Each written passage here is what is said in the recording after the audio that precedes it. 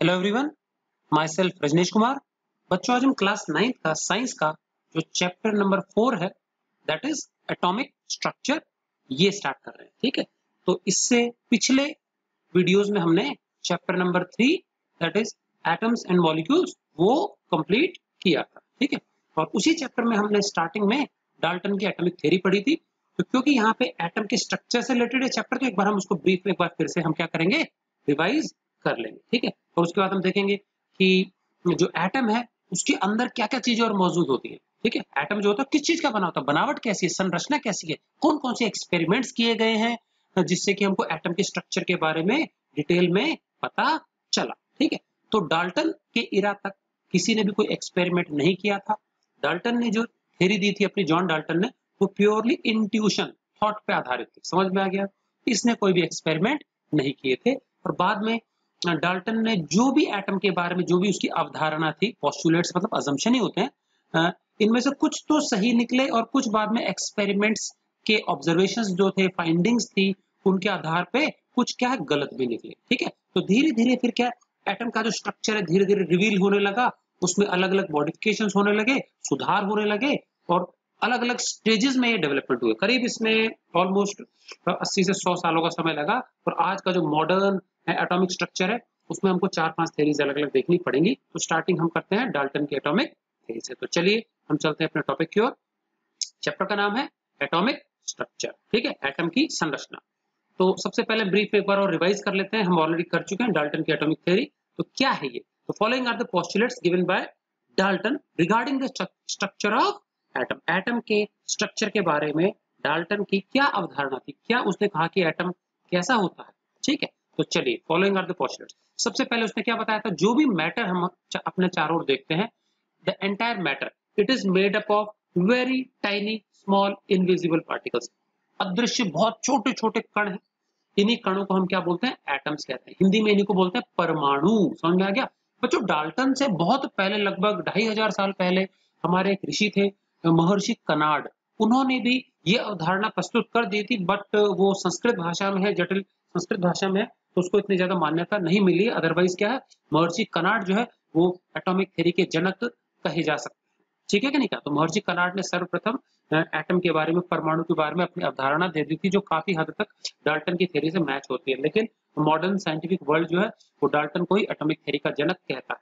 ठीक है, लेकिन इसमें भी बहुत सारे मॉडिफिकेशंस हुए। चलिए, तो पहला पॉइंट क्या था, तो matter is made up of tiny particles called atoms. Matter जो है, पदार्थ जो होता है, जो भी हम अपने चारों ओर देखते हैं, बहुत छोटे कणों का बनता है, जिसको हम एटम्स बोलते हैं। फिर सेकंड पॉइंट क्या बताया उसने, एटम इज इंडिविजिबल इंडेस्ट्रक्टिबल। मतलब एटम जो है ना, वो सबसे छोटा कण है और उसको उससे और छोटा नहीं तोड़ सकते। समझ में आ गया? इसको तोड़ फोड़ करके और छोटे पार्टिकल्स में डिवाइड करना संभव नहीं है। तो बच्चों, हम आगे देखेंगे, हमारा जो पहले एक्सपेरिमेंट है इस चैप्टर में, उसमें सर जे थॉमसन ने एक्सपेरिमेंट किया और एटम को तोड़ दिया, और एटम के अंदर एक छोटा कण खोज निकाला जिसको इलेक्ट्रॉन कहते हैं। बाद में सब्सिक्वेंटली और दो fundamental particles, proton and neutrons की खोज हुई अलग अलग पर्सन्स के द्वारा। तो देखेंगे बाद में डिटेल में। तो ये पॉइंट बच्चों गलत साबित हो गया। एटम आज सबसे छोटा कण नहीं है, उसको और भी छोटे कणों में तोड़ पाना संभव है। So atom still has smaller fundamental particles, sub atomic particles, respectively named as electrons, protons and neutrons. इनकी सबकी खोज के बारे में हम आगे डिटेल में चर्चा करेंगे। ठीक है कि नहीं? उसके बाद हम देखेंगे अगला क्या है point, atoms of different elements they have different properties. अलग अलग प्रकार के जो एलिमेंट्स होते हैं ना, उनकी प्रॉपर्टीज क्या होती हैं, अलग अलग होती है। समझ में आ गया? इसका मतलब एलिमेंट जो होता है वो एक ही प्रकार के एटम्स का बनता है। मान लो सोडियम का एलिमेंट ले लिया, आयरन का ले लिया, कैल्शियम का ले लिया, इनके एटम्स में भिन्नता होगी, असमानता होगी, अलग अलग प्रॉपर्टीज होगी, साइज का अंतर होगा, केमिकल प्रॉपर्टीज का अंतर होगा, हर तरफ से अंतर होगा, मास का भी अंतर होगा। ठीक है, जबकि एक ही एलिमेंट के जो एटम्स है वो हर प्रकार से एक जैसे होते हैं। Atoms of an element are similar in all respect. ठीक है कि नहीं? In all respects. ओके, तो हर तरीके से एक ही एलिमेंट के जो एटम्स होते हैं वो हर प्रकार से क्या होते हैं, एक समान होते हैं, एक जैसे होते हैं। उसके बाद हमारा नेक्स्ट पॉइंट क्या है, fifth number point, atoms of one element can not be converted into atoms of some other element. एक एलिमेंट के एटम्स को हम किसी दूसरे एलिमेंट के एटम्स में हम किसी भी प्रकार से कन्वर्ट नहीं कर सकते हैं। तो बच्चों, ये जो फोर्थ और फिफ्थ पॉइंट है ये भी गड़बड़ हो गए। एक ही एलिमेंट के एटम्स में थोड़ी बहुत भिन्नता हो सकती है, हल्के भारी हो सकते हैं, मुझे बताओ, अगर मैं आपको बोलूं कि एक हमारा संतरे का प्लांट लगा हुआ है तो उसमें सारे संतरे एक जैसे होंगे, एक जैसे मतलब हर तरीके से एक जैसे नहीं होंगे ना, हल्के भारी छोटे बड़े तो हो ही सकते हैं। तो इसी प्रकार से एक ही एलिमेंट के एटम्स हल्के भारी हो सकते हैं, तो ये अवधारणा गलत हो गई थी साबित, बाद में देखेंगे आगे इसी चैप्टर में आएगा डिटेल में। फिर atoms of one element can not be converted into atoms of some other element. एक एलिमेंट के एटम्स को किसी दूसरे भिन्न एलिमेंट के एटम में बदला नहीं जा सकता। बच्चों ये अवधारणा भी आगे चल के गलत साबित हो गई है। हम न्यूक्लियर रिएक्शंस के माध्यम से एक एलिमेंट के एटम को दूसरे एलिमेंट के एटम में कन्वर्ट कर सकते हैं, लेकिन ये केमिकल रिएक्शन में संभव नहीं है, लेकिन न्यूक्लियर रिएक्शंस में it is very much possible. और इसी न्यूक्लियर रिएक्शंस के आधार पर हमने एक सब एटॉमिक फंडामेंटल पार्टिकल न्यूट्रॉन की खोज ऐसे ही की थी हमने, ठीक है, तो वो भी देखेंगे आगे डिटेल में, ठीक है। तो अधिकतर इसमें से कई गलत साबित हो गए, उसके नीचे वाले तीनों सही है हमारे पॉइंट्स। एटम्स ऑफ टू और मोर काइंड्स, दो या दो से अधिक प्रकार के एटम्स, मतलब अलग अलग एलिमेंट्स के atoms, they combine in a fixed whole number ratio to form compound.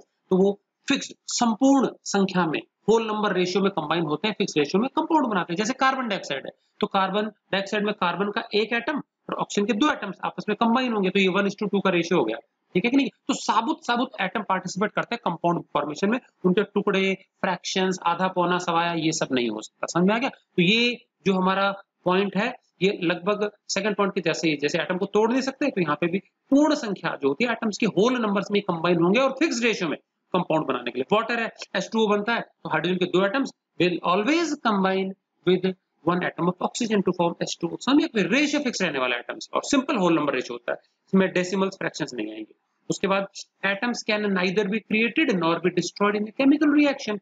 किसी केमिकल रिएक्शन में एटम्स का न तो निर्माण हो सकता है, न उनकी उत्पत्ति होती है और न ही वो नष्ट होते हैं। और यही कारण है कि जितने एटम्स हम किसी केमिकल रिएक्शन में लेफ्ट साइड में लेंगे रिएक्टेंट साइड में, उतने हमको प्रोडक्ट साइड में मिलेंगे। और यही कारण है कि हमको एटम्स को नंबर ऑफ एटम्स को हर एक एलिमेंट के किसी रिएक्शन में बैलेंस करना बहुत जरूरी है। समझ में आ गया कि नहीं का, ताकि टोटल एटम्स दोनों तरफ सेम टू सेम रहे, लेफ्ट हैंड साइड में भी और राइट हैंड साइड में भी, रिएक्टेंट साइड में भी और प्रोडक्ट साइड में भी, ठीक है। चलिए, उसके बाद क्या है, जब भी कोई भी केमिकल रिएक्शन होता है, मतलब केमिकल चेंज होता है, तो इसमें एटम्स बनते बिगड़ते नहीं है, जस्ट उनका क्या होता है, कॉम्बिनेशन। समझ आ गया भाई, अलग अलग प्रकार के एटम जुड़ जाते हैं एक दूसरे के साथ, डिसोसिएशन, पहले से कोई मॉलिक्यूल है कंपाउंड, उसके एटम्स के बीच में बंधन टूट जाएंगे, रीओरिएंटेशन, उनका समझ में आ गया, उनका बस स्थान बदलता है। भाई मान लो ए और बी है, उसको रिएक्शन कराया, ए बी ए कंपाउंड है, उसको रिएक्शन कराया सी डी से, तो भाई ए और बी के बीच में बंधन टूट सकता है, ए और बी अलग हो गए, सी और डी अलग हो गए, ए के साथ सी जुड़ गया, बी के साथ डी जुड़ गया, तो मतलब टूटना, उनके बीच में बंधन टूटेंगे, डिसोसिएशन, कॉम्बिनेशन, रीओरिएंटेशन। समझ में आ गया, रीअरेंजमेंट ही होता है एटम्स, बस इधर के उधर अपने स्थान बदलते हैं, पार्टनर बदलते हैं, यह होता है केमिकल चेंज के अंदर। समझ में आ गया। ये थे बच्चों बेसिक किसके, डाल्टन के पोस्टुलेट्स। एक जरूर चीज बता दूं मैं, ये पोस्टुलेट्स आपको मैंने पिछले चैप्टर में करवा दिए थे, तो आपको दोबारा से नोट करना चाहते हो तो कर लो, अदरवाइज जरूरत नहीं। थोड़ा लैंग्वेज का डिफरेंसेस आ सकते हैं, अदरवाइज कोई प्रॉब्लम नहीं है। एक बार लिख चुके हो तो नो प्रॉब्लम, दोबारा लिखना चाहते हो रिविजन पर्पस के लिए तो आप welcome, you can write it also, okay. चलिए, तो अब चलते हैं अपने नेक्स्ट टॉपिक के ऊपर। ये सबसे इंपॉर्टेंट टॉपिक हमारा है कि सबसे पहला जो एक्सपेरिमेंट था जो कि एटम के अंदर पार्टिकल को खोज निकालने के लिए कि भाई क्या एटम का और छोटे हिस्से हो सकते हैं कि नहीं हो सकते, वो किया था सर जे थॉमसन। ये एक ब्रिटिश साइंटिस्ट थे, सर जे थॉमसन। तो इन्होंने एक एक्सपेरिमेंट किया था, एक्सपेरिमेंट का नाम था discharge tube experiment. Discharge tube experiment, अभी आपको डायग्राम दिखा दूंगा मैं कैसी होती है डिस्चार्ज ट्यूब। और इस एक्सपेरिमेंट की मदद से उन्होंने एक बहुत इंपॉर्टेंट फंडामेंटल पार्टिकल जिसका कि एटम बना होता है, इलेक्ट्रॉन की खोज कर दी, ठीक है। और इलेक्ट्रॉन के बारे में डिटेल में हम जानेंगे कैसे खोज हुई, what developments led to the discovery of electrons, ठीक है। तो चलिए पूरे एक्सपेरिमेंट को जान लेते हैं और मीनवाइल जैसे जैसे एक्सप्लेन करूंगा मैं बता दूंगा डिस्चार्ज ट्यूब होता क्या है।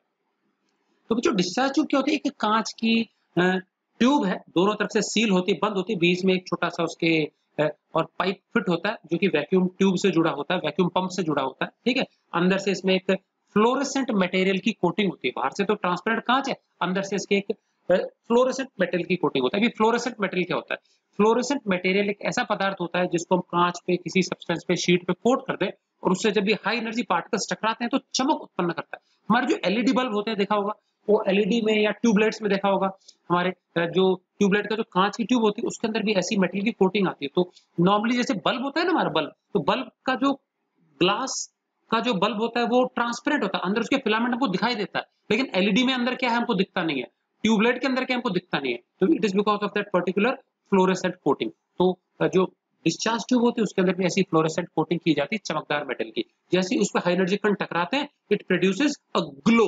ग्लो मतलब चमक उत्पन्न होती है, किसी भी कलर की हो सकती है चमक। ये चमक अलग अलग पार्टिकल जो होते हैं उसके हिसाब से अलग अलग कलर की होती है। पार्टिकल की एनर्जी पर डिपेंड करती है, कैसा पार्टिकल कितनी तेजी से उस ट्यूब पे टकराया, उसकी एनर्जी स्पेंड होती है and it appears in the form of colour. समझ में आ गया? तो चमक प्रोड्यूस होती है, इसी चमक को बच्चों फ्लोरेसेंस कहते हैं। और ये चमक का जो कलर है it depends on upon particle to particle. अलग अलग पार्टिकल्स के लिए, अलग अलग एनर्जी वाले कणों के लिए ये चमक अलग अलग कलर की हो सकती है। ठीक है, तो ये होता है डिस्चार्ज ट्यूब। और इसके दोनों एंड्स पे हम दो मेटल के इलेक्ट्रोड यूज करते हैं। इलेक्ट्रोड का मतलब होता है दो मेटल की शीट है, एक को हम पॉजिटिव टर्मिनल से जोड़ते हैं, एक को हम नेगेटिव टर्मिनल से जोड़ते हैं। ठीक है, और जो पॉजिटिव वाला टर्मिनल होता है उसको एनोड कहते हैं। तो A for add, A for anode positive और सी फॉर काटना, कैथोड नेगेटिव। तो एनोड पॉजिटिव टर्मिनल है, कैथोड क्या है? नेगेटिव टर्मिनल है। और उनके बीच में हाई वोल्टेज अप्लाई करते हैं। तो वोल्टेज को बोलते हैं बच्चों पोटेंशियल डिफरेंस। क्या बोलते हैं? साइंस की भाषा में पोटेंशियल डिफरेंस। 10th क्लास में कॉन्सेप्ट डिटेल में आएगा, वहां समझाएंगे। तो वोल्टेज वोल्ट्स में होता है। तो दोनों जो इलेक्ट्रोड्स हैं, ये दोनों इलेक्ट्रोड्स मेटल के, एल्यूमिनियम के बनते हैं, सर्कुलर इलेक्ट्रोड्स। ठीक है, इन एल्यूमिनियम के इलेक्ट्रोड्स के बीच में क्या है? बहुत ज्यादा हाई पोटेंशियल डिफरेंस या वोल्टेज लगा देते हैं, लगभग 1200 वोल्ट है, उससे भी ज्यादा। ठीक है, और वो जो हमारे डिस्चार्ज ट्यूब है कांच की, उसके अंदर भरते हैं कोई भी एक गैस, क्योंकि हमको एटम्स लेने हैं। तो बच्चों हम क्या करने वाले हैं, जे थॉमसन का ये मानना था अगर एटम के अंदर कुछ भी कण होंगे, पार्टिकल होंगे, तो इलेक्ट्रिकल फील्ड देके पॉजिटिव नेगेटिव चार्जेस के बीच में। अब चार्ज की प्रॉपर्टी क्या होती है कि चार्ज को अट्रैक्ट करता है। भाई चार्ज जो होता है चार्ज को अट्रैक्ट करता है, पॉजिटिव चार्ज नेगेटिव को करता है, नेगेटिव वाला पॉजिटिव को करता है। तो उसने दो अपोजिट प्लेट्स, जिसमें एक को खतरनाक प्लस का चार्ज दे दिया, एक को खतरनाक माइनस का चार्ज दे दिया। तो जितना ज्यादा वोल्टेज लगेगा उतना जबरदस्त दोनों प्लेट्स का अपोजिट चार्ज दे जाएगा। तो इस चार्ज के कारण क्या हुआ, वो क्या है, एटम को डिस्टॉर्ट करके तोड़ देना चाहता था। भाई एटम तो इतना छोटा था, वैसे हथौड़ा मार के उसकी चटनी नहीं बना पाएंगे, हम फोड़ नहीं पाएंगे, नट थोड़ी क्रैक कर देंगे उसको, इतना छोटा होता है। तो अब क्या किया उसने, इलेक्ट्रिक फील्ड लगा के अपोजिट चार्जेस के इन्फ्लुएंस में, इलेक्ट्रोस्टैटिक फोर्स के इन्फ्लुएंस में, चार्जेस की फोर्स के इन्फ्लुएंस में वो एटम को डिस्टॉर्ट करके तोड़ देना चाहता था। तो और एटम भी उसने बहुत ज्यादा नहीं लिए। अब एटम्स खुले खुले गैसेस में होते हैं, तो उसने क्या किया कि गैस ले ली और बहुत ही लो प्रेशर पे। लो प्रेशर क्या होता है? अब प्रेशर मतलब क्या होता है, बहुत सारी गैस ठूस देंगे तो प्रेशर हाई हो जाता है, और बहुत कम गैस ले लेंगे तो लो प्रेशर। अब बच्चों प्रेशर कैसे नापते हैं? हमारे एटमॉस्फेयर में जो गैसेज है उसका सी लेवल पे जो प्रेशर होता है वो होता है 760 millimetre of Hg, 760 mm of Hg. ये हमारे एटमॉस्फेयर का प्रेशर। अब हमारे एटमॉस्फेरिक प्रेशर से नियरली 1 लाख गुना कम प्रेशर, नियरली 1 लाख टाइम्स कम प्रेशर। इसका मतलब अगर मैं हमारे एटमॉस्फेयर में जितनी गैस है किसी भी गिवन वॉल्यूम में, उसमें से 1 लाख गुना कम कर दूं गैस को, तो वो जो प्रेशर हो जाएगा वो हो जाएगा बच्चों नियरली 0.001 mm ऑफ एचजी। तो हमारा 760 नियरली 1000 के पास है, और ये पॉइंट क्या गए 3 डिजिट है, समझ में आ गया? तो नियरली 1 लाख टाइम्स हमारे एटमॉस्फेरिक प्रेशर से कम प्रेशर पे गैस ले ली। तो गैस उसने ले ली, suppose hydrogen gas, oxygen, nitrogen, कोई भी गैस ले सकता है जो हमारे एटमॉस्फेयर में हो सकती है। ठीक है, और उसको जब हाई वोल्टेज अप्लाई किया दो इलेक्ट्रोड्स के बीच में डिस्चार्ज ट्यूब के अंदर, तो पता लगा कि वो जो डिस्चार्ज ट्यूब है उसका जो ग्लास मटेरियल है वो ग्लो करने लगता है। एक अजीब सी ब्रिलियंट चमकदार ब्लूइश ग्रीन कलर का चमक उत्पन्न हो जाती है ट्यूब में, ये फ्लोरेसेंस के कारण। और बच्चों ये जो चमक होती है ये ट्यूब में तभी उत्पन्न हो सकती है जब कोई हाई एनर्जी कण, तेजी से मूव करता हुआ कण टकराए उस पे, किस पे? ग्लास के ट्यूब पे। समझ में आ गया? अब जो एटम होते हैं उसमें इतना दम नहीं होता, एटम जो होते हैं लेजी होते हैं, भारी होते हैं। तो atoms they can not produce glow. तो इसका मतलब कोई छोटा कण है बहुत जबरदस्त जो कि स्पीड से जा करके टकरा रहा है ट्यूब से और ट्यूब में ग्लो उत्पन्न कर रहा है। तो ये सब चीजें थी जो थॉमसन ने किया था। तो शुरू से पढ़ते हैं क्या है, Thomson took an evacuated discharge tube. पहले उसने डिस्चार्ज ट्यूब लिया, उसको बिल्कुल खाली कर दिया। खाली करने के लिए उसको हमने वैक्यूम पंप से जोड़ते हैं, जैसे वैक्यूम क्लीनर नहीं होता, सक कर देता है वैक्यूम क्लीनर, तो वैसे ही एक ट्यूब को जोड़ दिया वैक्यूम पंप से। ठीक है कि नहीं? क्या और वैक्यूम पंप ने सारी की सारी सब कुछ जो भी अंदर जो भी उसके मटेरियल है, हवा वगैरह जो भी, उसको खींच के बाहर निकाल दिया, बिल्कुल खाली हो गया। उसके बाद उसमें एक कोई गैस भरी गई, वो भी बहुत ही लो प्रेशर पे। समझ में आ गया? बहुत ही कम प्रेशर पे गैस भरी गई, और वैक्यूम पंप की मदद से गैस को अंदर डाला या बाहर निकाला जा सकता था। तो अभी क्या करना था, प्रेशर को कम करने के लिए क्या, वैक्यूम पंप की मदद से उसको गैस को धीरे धीरे बाहर सक किया गया। धीरे धीरे सक किया गया तो गैस कम कम कम कम होते हुए तो प्रेशर गिरता गया। और प्रेशर को नापने के लिए बच्चों उसी ट्यूब में जहां पे वैक्यूम पंप फिट था उसी के साथ ही एक प्रेशर को नापने की डिवाइस भी फिट की गई, जिसको हम बोलते हैं मर्क्यूरी मैनोमीटर। अभी मैं डायग्राम में दिखा दूंगा, मर्क्यूरी मैनोमीटर। इसकी मदद से प्रेशर का जो है मेजरमेंट वो रखा गया है, ठीक है। So when the pressure of the gas was reduced to, जब प्रेशर कितना कम कर दिया गया 0.001 मिलीमीटर ऑफ Hg, ये है हमारे एटमॉस्फेरिक प्रेशर से nearly 1 lakh times less pressure. समझ में आ गया? इतना कम प्रेशर जब गैस का कर दिया गया तो अचानक से उसको नहीं पता लगा इतना कम करना, तो उसने स्टेजेस में किया, पहले थोड़ा कम किया, वोल्टेज लगाया, कुछ नहीं हुआ, फिर और कम प्रेशर किया, वोल्टेज बढ़ा दिया, कुछ नहीं हुआ, और कम किया, तो करते करते करते इस परिस्थिति में अचानक से ट्यूब चमक उठी। समझ में आ गया? तो at this pressure and A high potential difference, बहुत ज्यादा हाई पोटेंशियल डिफरेंस, लगभग 1200 वोल्ट का पोटेंशियल डिफरेंस उसने लगाया। तो पोटेंशियल डिफरेंस लगाने से पूछो, जो दोनों इलेक्ट्रोड्स होते हैं ना एल्यूमिनियम के ट्यूब के अंदर, उसके बीच में जबरदस्त इलेक्ट्रिक फील्ड डेवलप हो जाता है, ठीक है। तो अगर उसके अंदर कोई चार्ज पार्टिकल होगा खींच लेगा, पॉजिटिव वाले जो पार्टिकल्स है वो नेगेटिव प्लेट की तरफ खींचे चले जाएंगे, नेगेटिव वाले पार्टिकल्स पॉजिटिव की तरफ खींचे जाएंगे। तो उसका अंदाजा था, हो सकता है एटम के अंदर कोई चार्ज वाले कण मौजूद हो तो उसको तोड़ के अपोजिट दिशा में खींच के एटम को तोड़ दिया जाए, ये उसका आइडिया था जस्ट, ठीक है कि नहीं है। तो पता नहीं था क्या होने वाला है। सो इतना पोटेंशियल डिफरेंस लगाया गया दो एल्यूमिनियम इलेक्ट्रोड्स के बीच में, ठीक है कि नहीं। द डिस्चार्ज ट्यूब, बच्चों हमारी जो ट्यूबलाइट होती है वो एक डिस्चार्ज ट्यूब का छोटा नमूना है। आपने देखा होगा जो ट्यूबलाइट होती है उसके एंड पे देखो दो सर्कुलर डिस्क लगी होती है, उसके अंदर इलेक्ट्रोड्स होते हैं दो, कैथोड और एनोड, एक पॉजिटिव एक नेगेटिव, वो एल्यूमिनियम का ही बना होता है। समझ में आ गया?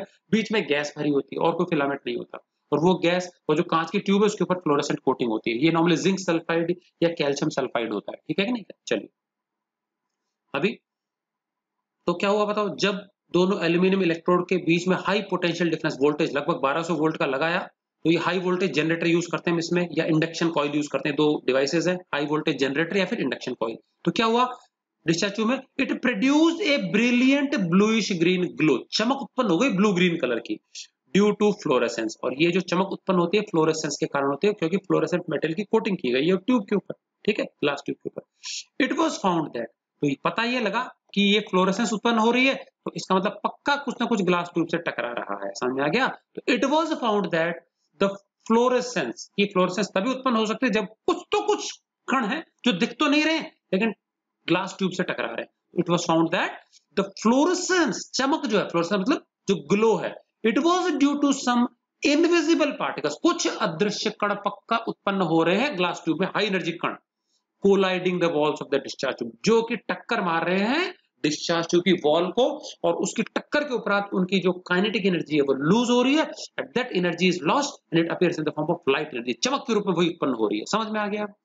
अब ये जो इनविजिबल पार्टिकल्स थे इन्होंने चमक किधर उत्पन्न की, इन्होंने चमक उत्पन्न की एनोड की तरफ, किधर उत्पन्न की, एनोड की तरफ। समझ में आ गया?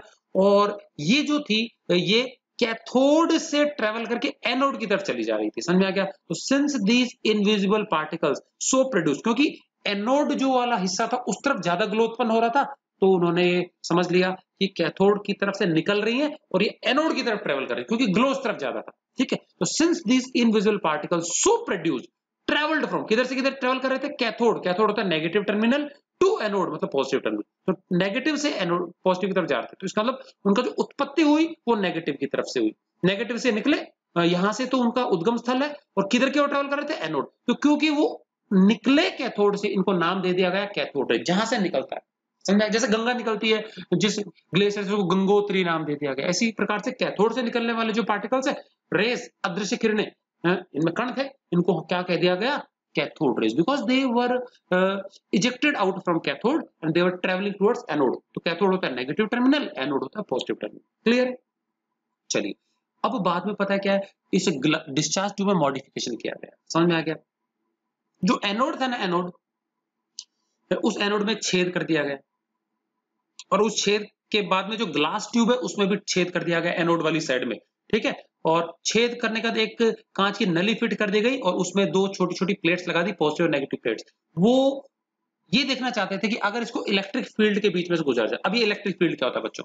इलेक्ट्रिक फील्ड वो क्षेत्र है जहां पे किसी चार्ज के द्वारा अट्रैक्टिव या रिपल्सिव फोर्स महसूस की जाती है। तो मान लीजिए मैं दो मेटल की प्लेट ले लूं, उनके बीच में थोड़ा गैप ले लूं, एक प्लेट को खूब सारा जबरदस्त प्लस का चार्ज दे दूं, दूसरे को दे दूं माइनस का चार्ज, उनके बीच में गैप रख दूं, तो वो गैप है ना बीच वाला, उसमें एक फील्ड, एक क्षेत्र डेवलप होगा जो कि इलेक्ट्रिक फील्ड कहलाता है। अगर इस क्षेत्र में मैं कोई भी दूसरा चार्ज रख दूं, चाहे वो प्लस का हो माइनस का, तो उसमें फोर्स लगने वाली। मान लीजिए मैं प्लस का चार्ज रख दूंगा तो भाई वो प्लस के चार्ज को माइनस वाली जो प्लेट है वो खींच लेगी। मैं नेगेटिव पार्टिकल रख दूंगा चार्ज, तो उसको पॉजिटिव वाली प्लेट खींच लेगी, तो मतलब उसपे फोर्स लगने वाली है। तो उन्होंने क्या किया, वो जो डिस्चार्ज ट्यूब थी उसमें एक छोटी सी नली फिट की, और नली फिट करने के बाद उसमें 2 पतली-पतली प्लेट लगाई, मॉडिफिकेशन किया बाद में दोबारा से, ठीक है? और वो जो कौन सी कैथोड रेज़ थी उनको उस दोनों प्लेट्स के बीच में से गुजारा, समझ में आ गया? और ये कैथोड रेज़ उनके बीच में से गुजरने के बाद में उन कैथोड रेज़ को पीछे एक बड़े सारे स्क्रीन पे टकराने दिया, समझ में आ गया? बड़ा सारा स्क्रीन जो था वो उन्होंने रखा जिंक सल्फाइड का कोटेड स्क्रीन। अब इस स्क्रीन पे की विशेषता क्या पता है? इसपे जिंक सल्फाइड नामक मेटल कोट किया जाता है। जिस जगह भी ये कोई हाई एनर्जी कण टकराएगा उसमें अचानक से एक ब्राइट बिंदु रूपी स्पॉट प्रोड्यूस होता है, समझ में आ गया? इस स्पॉट को सिंटिलेशन कहते हैं। क्या कहते हैं? सिंटिलेशन। तो अदरवाइज ये बिल्कुल डार्क स्क्रीन है, और जैसे ही इसमें किसी एक पर्टिकुलर जगह पे कोई भी किरणें या हाई एनर्जी कण टकराता है, वहां पे एकदम से बिल्कुल चमक प्रोड्यूस होती है। जैसे आपने देखा होगा आसमान में कई बार जैसे ये फायर क्रैकर्स जलाते हैं ना, कोई ऊपर फायर क्रैकर जाता है, एकदम से तारे से बिखर जाते हैं चट चट चट करके, तो बिल्कुल एकदम से अचानक से पहले डार्क है और अचानक से बिल्कुल एकदम से चमक उत्पन्न होगी, फिर गायब हो जाएगी। समझ में आ गया कि नहीं? तो इस प्रकार की चमक को सिंटिलेशन बोलते हैं, मोमेंटरी ग्लो, सिंटिलेशन। तो सिंटिलेशन को रिकॉर्ड करने के लिए सामने एक जिंक सल्फाइड का स्क्रीन रख दिया। तो उसने पाया कि इन कैथोड रेज को बच्चों, जब दो हमारी जो प्लेट्स हैं, पॉजिटिव और नेगेटिव प्लेट्स, उनके बीच में से गुजारा जाता है ना, तो ये रेज झुक जाती है पॉजिटिव प्लेट की तरफ। समझ में आ गया? जो प्लस वाली प्लेट है उसकी तरफ ये रेज क्या कर देती हैं, ये बेंड हो जाती है। समझ में आ गया? सीधी नहीं जाती,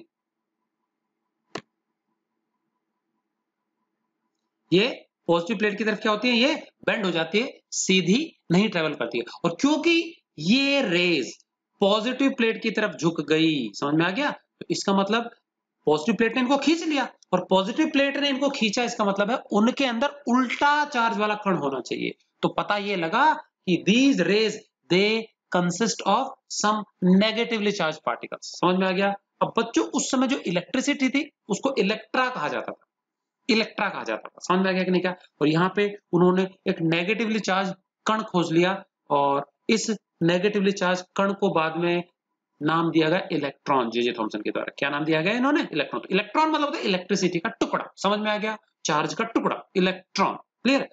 तो बाद में पता लगा ये जो कैथोड रेज होती हैं नेगेटिवली चार्ज, इसके अंदर जो पार्टिकल्स हैं वो पार्टिकल्स इलेक्ट्रॉन्स कहलाए। और बच्चों इलेक्ट्रॉन्स की डिस्कवरी के लिए जे थॉमसन को नोबेल प्राइज से सम्मानित किया गया ईयर 1906 में। समझ में आ गया? 1906 में उनको क्या मिला? नोबेल प्राइज मिला। और बाद में बच्चों जे थॉमसन है, उन्होंने इस इलेक्ट्रॉन नामक पार्टिकल के लिए एक स्पेसिफिक जो है वैल्यू खोज निकाली, वैल्यू डिटरमाइन की। ये वैल्यू कहलाई स्पेसिफिक चार्ज। इस स्पेसिफिक चार्ज का मतलब होता है बच्चों क्या? Charge upon mass ratio. इसका मतलब उस कण का चार्ज कितना है वो अपॉन में उसका मास कितना है वो। समझ में आ गया? तो अगर उस पार्टिकल का चार्ज हम ऊपर रख लें डिवाइडेड बाय मास हम नीचे रख लें, तो इस रेशियो को स्पेसिफिक चार्ज कहा जाता है। चार्ज को नापते हैं बच्चों कूलम्ब में। स्पेलिंग देखो, सी, पर्सन का नाम है ये coulomb, COULOMB, capital C symbol. और मास को नापते हैं केजी में।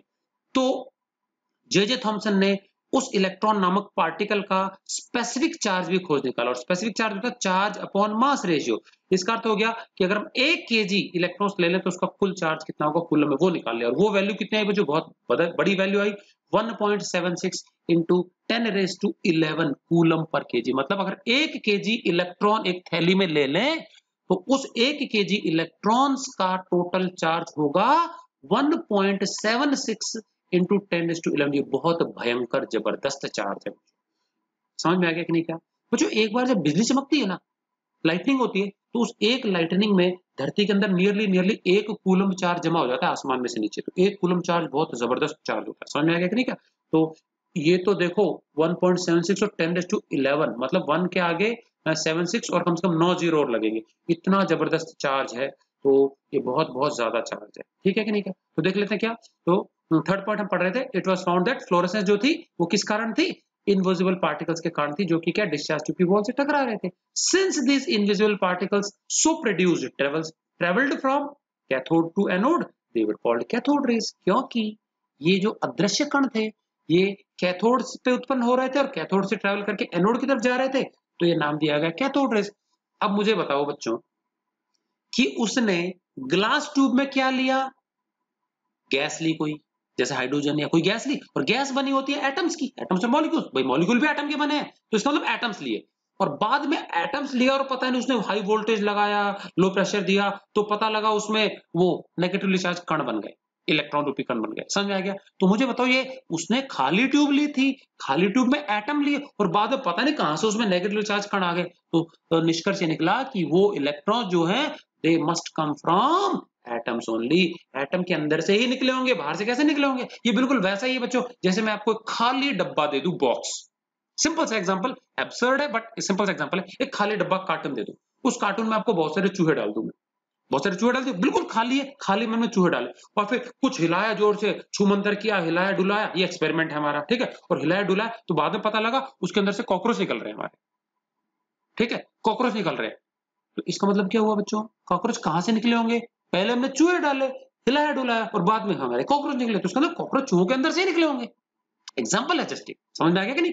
तो सेम चीज यहाँ पे हुई भाई, हमने ट्यूब के अंदर एटम डाले और बाद में पता लगा कि उसके अंदर नेगेटिवली चार्ज कण निकले, तो इसका मतलब वो कण एटम के अंदर से ही निकले होंगे। तो इसका मतलब एटम के अंदर ये फंडामेंटल कण नेगेटिवली चार्ज पार्टिकल होता है इलेक्ट्रॉन। समझ में आ गया? सो बाद में देखो इनका कैसे पता लगा कि नेगेटिव चार्ज है उनका, तो देखो later the direction of that deflection under the influence of electric field. मैंने बताया दो प्लेट्स रख दी, उनके बीच में से जब इसको गुजारा और सामने एक स्क्रीन पर टकराने दिया तो पता लगा ये रेज सीधी ना जाकर के पॉजिटिव प्लेट की तरफ मुड़ गई। समझ में आ गया? और पॉजिटिव प्लेट की तरफ मुड़ना ये साबित करता है कि वो उनका जो चार्ज है वो कैसा है बच्चों? उनका चार्ज नेगेटिव है। समझ में आ गया? तो लेटर बाद में इनकी जो प्रॉपर्टीज स्टडी करने के लिए दोबारा मॉडिफिकेशन के द्वारा, मॉडिफिकेशन के बाद में जब दोबारा एक्सपेरिमेंट किया गया, later the direction of deflection, जब उनका डिफ्लेक्शन नोटिस किया गया under the influence of electric field, electric field के प्रेजेंस में। समझ में आ गया? दो opposite charge plates showed that, तो डिफ्लेक्शन से पता लगा they consisted of negatively charge particles, कि वो जो है कैथोड रेज वो नेगेटिवली चार्ज कणों की बनी हुई है, जिनको नाम दिया गया बच्चों इलेक्ट्रॉन। समझ में आ गया? और इलेक्ट्रॉन्स की डिस्कवरी के लिए जे थॉमसन को अवार्ड किया गया नोबेल प्राइज से 1906 में। ये साइंस जगत का सबसे सम्मानित प्राइज, ठीक है कि नहीं था? चलिए, और मैंने जैसे कि बताया स्पेसिफिक चार्ज खोज निकाला। ये क्या होता है? Charge upon mass ratio of electron, जो कि होता है 1.76 इंटू 10⁻11 कूलम पर केजी, ठीक है कि नहीं था? चलिए आगे चल लेते हैं, उसका मैं सेटअप भी दिखा देता हूँ आपको। क्या किया? स्पेसिफिक चार्ज की वैल्यू तो कैसे निकाली इसने, ठीक है। तो बच्चों जो इलेक्ट्रॉन का चार्ज होता है उसको डिनोट करते हैं स्मॉल ई से, and mass is small M. बाद में देखेंगे अलग अलग इनके चार्ज कितना होता है, मास कितना होता है, तो इलेक्ट्रॉन की प्रॉपर्टीज में नीचे लिखा है मैंने बाद में। द चार्ज, तो what is specific charge? The charge to mass ratio, to मतलब अपॉन, तो चार्ज अपॉन मास किसका? इलेक्ट्रॉन का, ये रेशियो कहलाता है स्पेसिफिक चार्ज। तो ई अपॉन एम, ई मतलब चार्ज हो गया, एम मतलब मास हो गया, और ये value 1.76 into 10⁻11 coulomb per KG. बच्चों यहाँ -11 मत लगा देना, प्लस का 11, ठीक है। अब इसकी मदद से बाद में इलेक्ट्रॉन और प्रोटॉन, जो इलेक्ट्रॉन जो होता है उसका चार्ज और मास निकाल लिया गया। इलेक्ट्रॉन का जो चार्ज है वो कितना निकला? 1.602 इंटू 10⁻⁻19 कूलम। ये वैल्यू है बच्चों इलेक्ट्रॉन के चार्ज की। चार्ज की यूनिट ये है कूलम, ये पर्सन का नाम है। और इलेक्ट्रॉन का जो मास होता है बच्चों ये है 9.1 इंटू 10⁻31 केजी। बहुत बहुत छोटा है बच्चों। ये जो प्रोटॉन है ना, जिसको हमने एएमयू पढ़ा था, atomic mass unit, hydrogen atom के अंदर जो प्रोटॉन होता है, अभी देखेंगे उसकी डिस्कवरी भी कैसी हुई। उस प्रोटॉन से भी ये नियरली 2000, एग्जैक्ट बोले तो 1837 टाइम्स हल्का है। 1837। एक तराजू में अगर मैं एक प्रोटॉन रख लूं, एक हाइड्रोजन एटम, उस हाइड्रोजन एटम के वजन को बैलेंस करने के लिए दूसरे पलड़े में मुझे 1837 इलेक्ट्रॉन्स रखने पड़ेंगे। ये वैसा ही है जैसे एक तराजू में तो मैं तरबूज रख दूं, उसको बैलेंस करने के लिए दूसरे में मेरे को अंगूर चढ़ाने हो, तो हजारों लगेंगे अंगूर तरबूज को बैलेंस करने के लिए। समझ में आ गया कि नहीं? क्या? तो बिल्कुल ऐसा ही है ये। समझ में आ गया? तो इलेक्ट्रॉन का मास बिल्कुल नेग्लिजिबल, ना के बराबर होता है किसकी तुलना में? प्रोटॉन की तुलना में। न्यूट्रॉन ये भारी भरकम है, इलेक्ट्रॉन बहुत हल्के होते हैं। समझ में आ गया? तो बच्चों ये दोनों वैल्यूज याद रखना, न्यूमेरिकल से बहुत काम आती है। क्लियर? स्पेसिफिक चार्ज समझ में आ गया? चलिए अब हम देख लेते हैं जे थॉमसन का जो डिस्चार्ज टू एक्सपेरिमेंट था उसका सेटअप क्या था। ये उसका डायग्राम है, आपको बनाना है नोटबुक में, ये एक्सपेरिमेंट के साथ में, बुक में आपके ज्यादा डिटेल में दिया हुआ नहीं। ठीक, चलिए ये हमारी कांच की डिस्चार्ज ट्यूब है। यहाँ पे देखो एक हमने क्या कर दिया, एक छोटा सा आउटलेट लगा दिया, इसको हमने वैक्यूम पंप से जोड़ दिया। VACUUM स्पेलिंग पे गौर करेंगे, ठीक है, डबल सी नहीं होता है, ध्यान देना।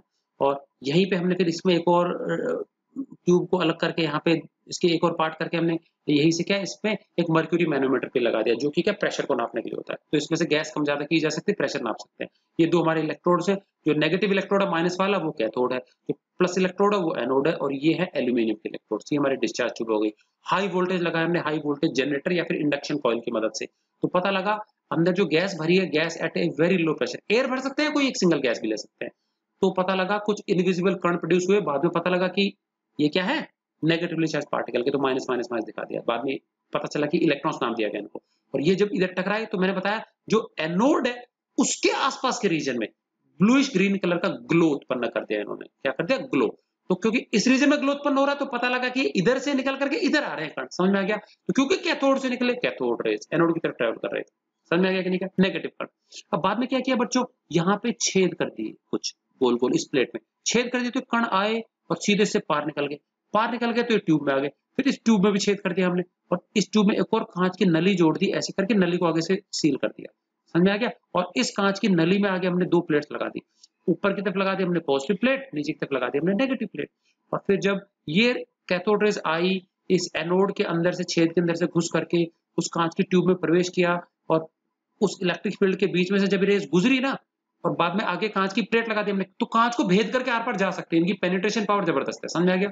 तो ये रेज उस इलेक्ट्रिक फील्ड के इन्फ्लुएंस में, क्योंकि ऊपर प्लस की प्लेट है, तो ये जो रेज है ये ऐसे चल के आगे ऊपर की ओर मुड़ गई, पॉजिटिव प्लेट की तरफ मुड़ गई। और यहाँ हमने एक बड़ा सा सर्कुलर जिंक सल्फाइड का स्क्रीन रख दिया। तो ये जो रेज है ये सीधी ना जा करके कहाँ चली गई, ये ऊपर की ओर मुड़ गई, ऐसे तिरछी हो गई।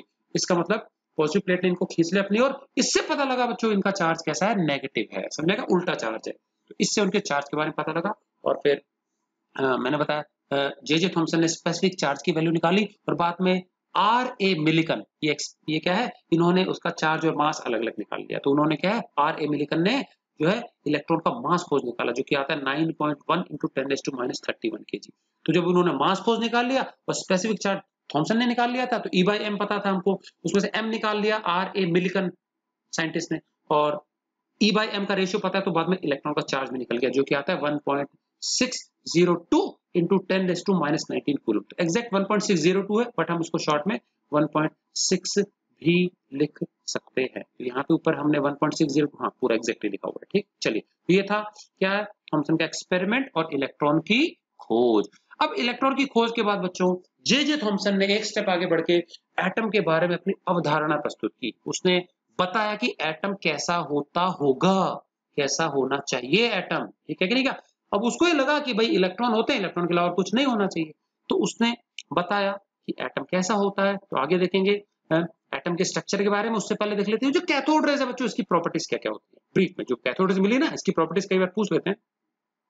तो सबसे पहली प्रॉपर्टी, कैथोड रेज जो होती है लाइट की तरह ही, लाइट की भांति स्ट्रेट लाइन में ट्रेवल करती है। समझ में आ गया कि नहीं। क्या तो एक तरह से कैथोड रेज हम बोल सकते हैं इलेक्ट्रॉन्स का झुंड है जो कि एक स्ट्रेट लाइन में ट्रेवल कर रहा है। क्लियर है, they travel in a straight line. उसके बाद दे प्रोड्यूस फ्लोरेसेंस। अगर ग्लास ट्यूब से टकराती है कैथोड रेज तो चमक उत्पन्न करती है, ग्रीनिश कलर का, ब्लूइश ग्रीन कलर का ग्लो था। बिल्कुल ग्रीन नहीं है, dark bluish green, blue green का मिक्स है। उसके बाद they are affected by electric and magnetic field. न केवल इलेक्ट्रिक फील्ड के द्वारा प्रभावित होती है बल्कि मैग्नेटिक फील्ड। तो इलेक्ट्रिक फील्ड मतलब पॉजिटिव नेगेटिव प्लेट्स के बीच में से गुजारते हैं, या नॉर्थ साउथ पोल जो मैग्नेट्स के होते हैं उनके बीच में से गुजारते हैं, तो ये क्या होती है, मुड़ जाती है। ठीक है, उन पे फोर्स लगते हैं दोनों फील्ड के कारण। They can ionize a gas. किसी गैस में से अगर मैं ये कैथोड रेज गुजार दूं तो वो उस गैस को आयंस में बदल सकती है। मतलब उस गैस में भाई इलेक्ट्रॉन की भीड़ जा रही है ये कैथोड रेज, और गैस होती है एटम की बनी, तो उस एटम से जब इलेक्ट्रॉन्स का ये शावर टकराएगा ना, तो उस एटम्स में से कुछ इलेक्ट्रॉन्स निकल बाहर हो सकते हैं, इजेक्ट आउट हो सकते हैं, और एटम जब इलेक्ट्रॉन लूज कर देंगे दे विल फॉर्म आयंस। तो इसका मतलब किसी भी गैस को आयोनाइज करने की क्षमता होती है कैथोड रेज में, एनर्जी, हाई एनर्जी पार्टिकल्स होती है। ठीक है, तो उसके बाद दे consist of negatively charge particle, जिनको नाम दिया गया इलेक्ट्रॉन्स। तो उस समय शब्द इलेक्ट्रिसिटी के लिए यूज होता था, उसी के आधार पर इनको नाम दिया गया चार्ज का टुकड़ा electrons. They are matter rays. Matter मतलब पार्टिकल्स के बने हैं ये, समझ में आएगा, लाइट नहीं है ये। They are consist of particles, कणों के बने हैं, तो इसलिए इसको मैटर वेव्स या मैटर रेज कहा गया। ठीक है, अब ये कैथोड रेज की एक बहुत इंपॉर्टेंट प्रॉपर्टी है बच्चों। आपने देखा होगा किसी की हड्डी उड्डी क्रैक हो जाती है, फ्रैक्चर हो जाती है, तो हम एक्सरे करवाते हैं। अब ये बच्चों एक्सरे होती क्या चीज है, एक्सरे नाम कैसे पड़ा। तो बच्चों ये जो कैथोड रेज है, जब इनके रास्ते में कोई हैवी मेटल आ जाता है, लेड आ गया, टंगस्टन आ गया, ठीक है कि नहीं, क्या भारी भरकम मेटल आ जाते हैं ना, जब इनके गोल्ड आ गया, आयरन आ गया, तो भारी भरकम मेटल जब किसको रोकते हैं, कैथोड रेज को रोकते हैं, तो कैथोड रेज की एनर्जी को तो ये वहीं कहीं खर्च कर लेते हैं, लेकिन उसके बदले में कुछ अदृश्य हाई एनर्जी कण, हाई एनर्जी रेज खुद प्रोड्यूस करते हैं। ये हाई एनर्जी रेज के बारे में कोई बहुत ज्यादा जानकारी नहीं है लोगों को, तो जिस समय उत्पन्न हुई थी इनकी प्रॉपर्टीज के बारे में बहुत ज्यादा पता नहीं था, उस समय इनको नाम दिया गया एक्स रेज। तो एक्स का मतलब होता है अननोन, जैसे कोई चीज हमको नहीं पता तो उसको हम एक्स मान लेते हैं मैथमेटिक्स में, राम की एज निकालो, लेट राम से इक्वल टू एक्स, तो उस समय नहीं पता था कि किस प्रकार की रेज है, तो उसको जनरली क्या नाम दे देगा, एक्स रेज। बच्चों एक्स रेज की जो खोज सर्वप्रथम की थी W B Roentgen, ROENTGEN, Roentgen ने। तो समझ में आ गया। तो when cathode rays they are stopped by heavy metals they produce X rays, जो कि हम क्या है स्कैनिंग के लिए यूज करते हैं एक्स रे। ठीक, उसके बाद they have a fixed e by m ratio. तो ई बाई एम रेशियो जो होता है इलेक्ट्रॉन्स का फिक्स होता है, हम देख चुके कितना होता है 1.76 इंटू 10⁻11 कूलम पर केजी। तो ये है बच्चों प्रॉपर्टीज कैथोड रेज की। ठीक है, चलिए अब इसके बाद जो जे थॉमसन है उसने अपना एटॉमिक मॉडल दिया, उसने अपनी एटम के बारे में अवधारणा दी कि एटम जो होता है बच्चों वो कैसा होता होगा। तो देखेंगे ये एटम कैसा होता है। ठीक है, तो explain Thomson's atomic model, Thomson का जो एटम की जो अवधारणा है, क्या बताया उसने एटम के स्ट्रक्चर से रिलेटेड, वो हमको देखना है यहाँ। ठीक है, and also right it's drawbacks, और इसकी क्या कमियां थी वो भी देखेंगे। समझा क्या, क्या इसकी कमियां थी वो देखेंगे, और थॉमसन का मॉडल देखेंगे। ठीक, चलिए इसकी कमियां बच्चों अगले पर्सन ने निकाली, जो जिसने अगला एक्सपेरिमेंट किया, रदरफोर्ड ने। तो रदरफोर्ड ने अपना एक एक्सपेरिमेंट किया, अगले पार्टिकल की खोज की। ठीक है, और उसके अनुसार कुछ क्वेश्चंस पुट अप किए गए जो थॉमसन का मॉडल एक्सप्लेन नहीं कर पाता है, तो वो बाद में देखेंगे। तो पहले हम देख लेते हैं थॉमसन का एटॉमिक मॉडल।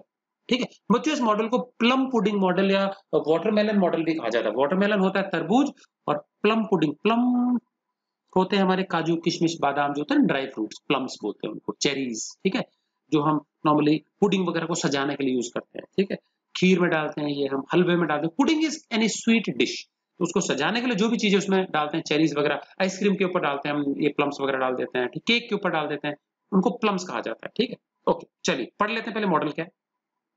तो जब एटम के अंदर थॉमसन को पता लगा कि इलेक्ट्रॉन नामक पार्टिकल की खोज हो गई, तो उसने अब क्या बताया, atom is a solid sphere of radius 10⁻⁻10 metre. एक एटम जो होता है एक ठोस सॉलिड गोला है, अंदर से सॉलिड भरा हुआ गोला है, और इस गोले का जो रेडियस है या डायमीटर है, रेडियस कितना है 10⁻⁻10 मीटर। समझ में आ गया, इतना साइज का रेडियस है, तो मतलब बहुत छोटा हो गया 10⁻10 मीटर पॉइंट, और फिर 9 बार 0 0 0 0 0 फिर 1, इतना मीटर हो गया। समझ में आ गया कि नहीं क्या।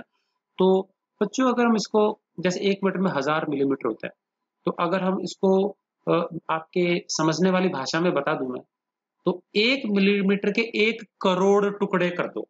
1 मिलीमीटर के 1 मिलीमीटर के अगर हम 1 करोड़ 10⁻7 टुकड़े कर दें, तो वो जो साइज मिलेगा वो एक एटम का साइज होता है। समझ आएगा, दिखेगा भी नहीं, हमारे स्ट्रॉन्गेस्ट माइक्रोस्कोप भी इसको दिखा नहीं सकते। ठीक है, चलो तो इस साइज को बच्चों एक एंगस्ट्रॉम कहा जाता है। क्या कहते हैं इसी को, 10⁻10 मीटर एटॉमिक साइज होता है, it is known as 1 angstrom. Clear है, तो शॉर्ट में इसको 1 एंगस्ट्रॉम भी बोलते हैं। तो एटम क्या बताया उसने, पहला एक ठोस गोला होता है जिसका रेडियस है 10⁻10 मीटर। फिर उसने क्या बताया, एटम का जो पूरा मास मतलब उसका वजन, और उसका जो प्लस का चार्ज है भाई, क्योंकि उसने पता लगा लिया कि उसके अंदर माइनस के चार्ज के कण है, और एटम के ऊपर वैसे टोटल चार्ज नहीं होता, एटम्स न्यूट्रल होते हैं, जीरो चार्ज होता है। तो अगर उसके अंदर माइनस के चार्ज के कण है, तो पीछे बराबर का प्लस का चार्ज भी होना चाहिए, क्योंकि प्लस का और माइनस का चार्ज मिलकर न्यूट्रल बनेगा, जीरो चार्ज मिलेगा। तो अगर ये पता लगा कि एटम के अंदर नेगेटिव पार्टिकल्स होते हैं, तो पीछे कहीं ना कहीं बराबर का प्लस का चार्ज भी होना चाहिए। तो थॉमसन ने माना कि जो माइनस के चार्ज के कण इलेक्ट्रॉन्स, वो एटम के अंदर, ठोस एटम के अंदर कहीं कहीं पर ही होते हैं। उसके अलावा बचा कुछ जो रीजन है ना सारा, वहां पे पूरा वजन और प्लस का चार्ज है पैक। इलेक्ट्रॉन जो माइनस के चार्ज वाले वो कहीं कहीं पे धसे हुए हैं। ये बिल्कुल वैसे ही जैसे एक तरबूज होता है ना। आप तरबूज देखेंगे तो आप ये मान लो कि तरबूज के बीज है वो इलेक्ट्रॉन्स है, तो बीज कहीं कहीं पे धसे होते हैं। समझ आया, नेगेटिव चार्ज पार्टिकल्स बीजों के रूप में कहीं कहीं पे धसे होते हैं पॉजिटिव चार्ज एटम के अंदर, और उसका जो बाकी पूरा वजन है, मास है, और उसका जो प्लस का चार्ज है, वो पूरा फला जैसे उसका पल्प होता है, जूसी पार्ट जो पल्प है खाने योग्य, उसमें सारा वजन और उसका सारा प्लस का चार्ज है। तो सेम चीज ऐसा ही उसने बताया कुछ कुछ एटम के बारे में यहाँ। ठीक है, तो क्या बताया उसने, द एंटायर मास, पूरा वजन, मास एंड पॉजिटिव चार्ज, और पूरा प्लस का चार्ज किसका, एटम का, it is uniformly spread through out this sphere. इस पूरे गोले में हर तरफ समान रूप से ये विद्यमान है, फैला हुआ है। फिर क्या, पॉजिटिव चार्ज क्यों होगा, समझ में आ गया? क्योंकि एटम न्यूट्रल होता है, तो नेगेटिव चार्ज पार्टिकल खो जाए तो इसका मतलब पीछे का प्लस का चार्ज भी होना चाहिए बराबर का, ठीक है ना। अब क्या, the negatively charge electrons, electrons जो माइनस के कण है जो उसके खोजे थे, equal in magnitude to the total positive charge of atom, atom का जितना भी प्लस का चार्ज है उस पॉजिटिव चार्ज की संख्या बल के बराबर ही माइनस के चार्ज के इलेक्ट्रॉन्स है, मतलब दोनों का वैल्यू, मैग्नीट्यूड होता है वैल्यू, वो बराबर है, पर जितना प्लस का चार्ज है उतने ही माइनस के चार्ज के कण है, समझ में आएगा? बस माइनस के चार्ज वाले कणों की गिनती हो रही है, प्लस का चार्ज यूनिफॉर्म है, बस एक समान रूप से फैला हुआ, उसकी गिनती नहीं कर सकते, ये बता देते हैं, लेकिन मात्रा बराबर है दोनों की, ठीक है। टोटल नेगेटिव चार्ज के कण जितने भी उनका टोटल माइनस का charge equal to total positive charge of the sphere, समझ में आ गया? ये बताया, तो negatively charge electrons equal in magnitude, magnitude होता है बच्चों वैल्यू, किसके बराबर है वैल्यू उनकी, to the total positive charge of the atom, they are embedded in the positive sphere, इस पॉजिटिव स्फीयर में वो एम्बेडेड है, धसे हुए हैं, समझ में आ गया? किस प्रकार से धसे हुए हैं, just like the seeds in A watermelon, जिस प्रकार से एक तरबूज में उसके बीज धसे होते हैं, कहीं कहीं होते हैं बीज, इसी प्रकार से इलेक्ट्रॉन्स कहीं कहीं, समझ में आ गया? या फिर प्लम्स इन ए पुडिंग, पुडिंग होती है, स्वीट डिश होती है, उसमें प्लम्स कहीं कहीं होते हैं, आप अगर खीर खा रहे हो तो उसमें काजू बादाम किशमिश हर जगह नहीं होते, दूध और चावल लगभग हर जगह ही है, बट वो कहीं कहीं होते हैं, समझ में आ गया? तो इसी प्रकार से क्या है, प्लम्स की तरह है ये पुडिंग के अंदर, ठीक। हेंस इस मॉडल को क्या कहा गया, hence this model was known as plum pudding model of atom, या फिर वाटरमेलन मॉडल भी उसको कहते हैं। तो देखो नीचे मैं डायग्राम दिखा देता हूं आपको, एटम एक सॉलिड गोला है, ठीक है, ये पॉजिटिव स्फीयर हो गया, ठीक है, ये गोला है सॉलिड, और इसके अंदर देखो नेगेटिवली चार्ज कण कहीं कहीं पे है, बाकी जो व्हाइट रीजन दिख रहा है वो सब क्या है, पॉजिटिवली चार्ज मीडियम है, यूनिफॉर्म है, इसकी गिनती नहीं कर सकते, नेगेटिवली चार्ज पार्टिकल्स की गिनती होगी। अभी टोटल पार्टिकल्स यहाँ कितने दिखाए, 7 दिखाए हैं, 1 2 3 4 5 6 7, तो इन टोटल 7 इलेक्ट्रॉन्स का जितना नेगेटिव चार्ज होगा टोटल, उतना ही चार्ज प्लस का होगा पूरे स्फीयर का, समझ में आ गया? इस प्रकार का उसने मॉडल दिया, प्लम पुडिंग मॉडल या फिर वाटरमेलन मॉडल, ठीक है।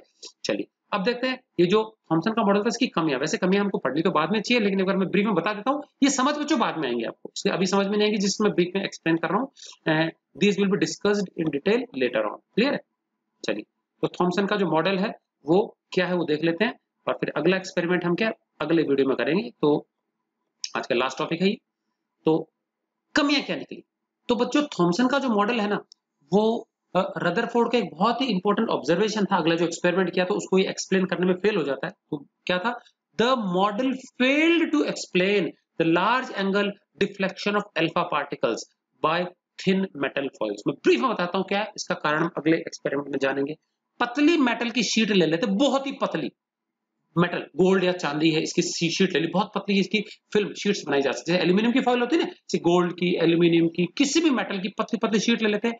इस पतली पतली शीट्स में से जब अल्फा पार्टिकल्स को गुजारते हैं, अभी अल्फा पार्टिकल क्या होते हैं बच्चों, अल्फा पार्टिकल जो होते हैं हीलियम के न्यूक्लियस होते हैं, पॉजिटिवली चार्ज न्यूक्लियस। एक हीलियम का जो एटम होता है उसके अंदर 2 इलेक्ट्रॉन होते हैं और उसके अंदर 2 प्रोटॉन होते हैं, ठीक है, न्यूक्लियस के अंदर। अब न्यूक्लियस क्या होता है, मैं उसकी डिस्कवरी रदरफोर्ड ने अगले एक्सपेरिमेंट में की थी, ठीक है।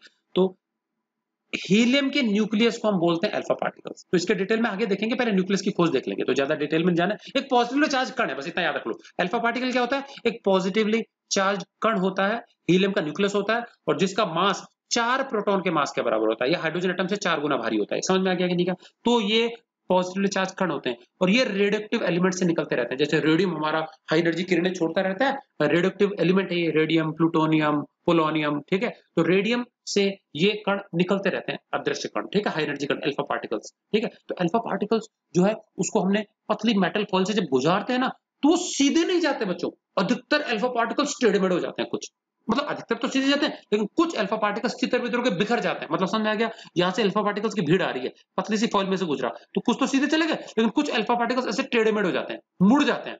तो ये मुड़ते क्यों है, डिफ्लेक्शन क्यों हो रहा है, समझ में आ गया? स्कैटरिंग क्यों हो रही है, तितर बितर क्यों हो रहे हैं, ये एक्सप्लेन नहीं कर पाता मॉडल। भाई अगर अल्फा पार्टिकल्स को गुजारे एटम्स के अंदर से, भाई एटम्स की बनी होगी फॉइल, तो एटम के अंदर जाके धस जाने चाहिए अल्फा पार्टिकल, और अगर पार्टिकल में दम ज्यादा है, स्पीड ज्यादा है, तो पार चल जाने चाहिए, तो ऐसे जाकर के वो टेढ़ा क्यों हो रहा है, इसका जो एक्सप्लेनेशन है वो ये मॉडल नहीं देता है रदरफोर्ड के इस रिजल्ट का, तो देखेंगे हम आगे समझेंगे।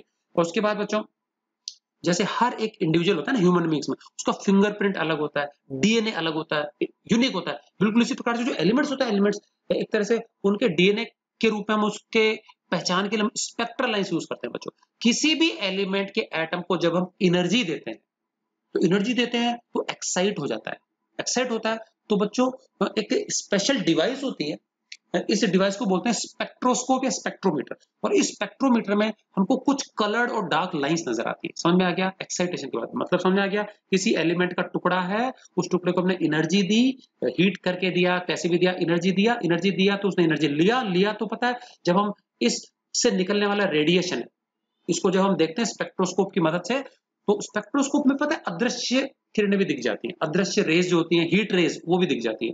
तो वो जो रेडिएशन को जब ऑब्जर्व किया जाता है स्पेक्ट्रोस्कोप की मदद से, तो वहां पे कुछ हमको डार्क लाइंस दिखती हैं, कुछ कलर्ड लाइंस दिखती हैं। इन लाइंस को बच्चों कहते हैं स्पेक्ट्रल लाइंस। प्रॉपर इनका सेपरेशन होता है, प्रॉपर इनका कलर होता है, प्रॉपर इनकी विड्थ होती है। समझ में आ गया कि नहीं? एग्जैक्ट। तो ये बिल्कुल फिंगरप्रिंट की तरह काम करते हैं। अलग अलग एलिमेंट की स्पेसिफिक लाइंस होती है ये। समझ आ गया? और ये एलिमेंट्स की पहचान करती है। समझ आ गया? अगर कोई भी एलिमेंट है, इसकी स्पेक्ट्रल लाइंस हम एनर्जी देकर के एक्साइट करके निकाल लें स्पेक्ट्रोस्कोप की मदद से, तो हम पहचान सकते हैं कौन सा एलिमेंट है। ये बिल्कुल उनके डीएनए के जैसा है।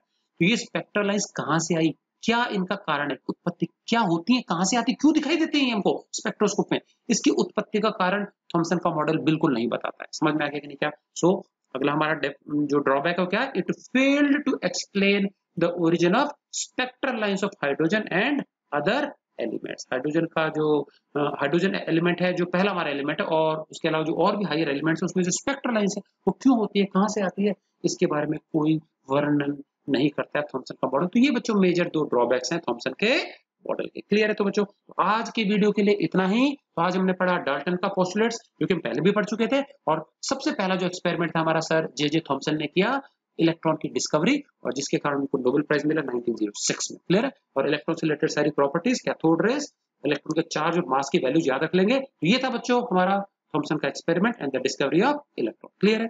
तो आज की वीडियो के लिए इतना ही। नेक्स्ट वीडियो में हम देखेंगे रदरफोर्ड का atomic model and the discovery of nucleus, बहुत इंपॉर्टेंट है। ठीक है, चलिए तो till next video, good bye and thanks for watching.